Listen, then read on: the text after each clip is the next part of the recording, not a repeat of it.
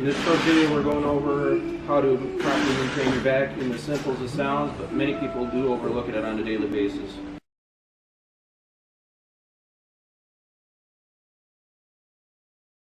Fires and other unnecessary obstacles that may arise. So what you want to do with this DCV4, when cleaning it, open up your door. We have a removable tray, debris tray in there that it slides easy in and out, and just dispose of it according to your company's policy. We have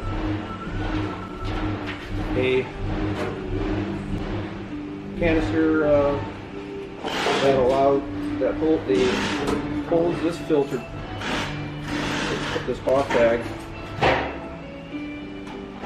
Take it off and take the old filter bag off and put a new one on, especially if you're switching materials. What will be provided on the website that'll be downloadable and printable is this maintenance checklist that has the basic procedures on it and a kind of a sign-off sheet. So every time you clean it, you sign off on it and date it, and then that'll give you a kind of a time frame of how often you're using it and when to change the filters. For any further questions, just give us a holler at 269-382-2050.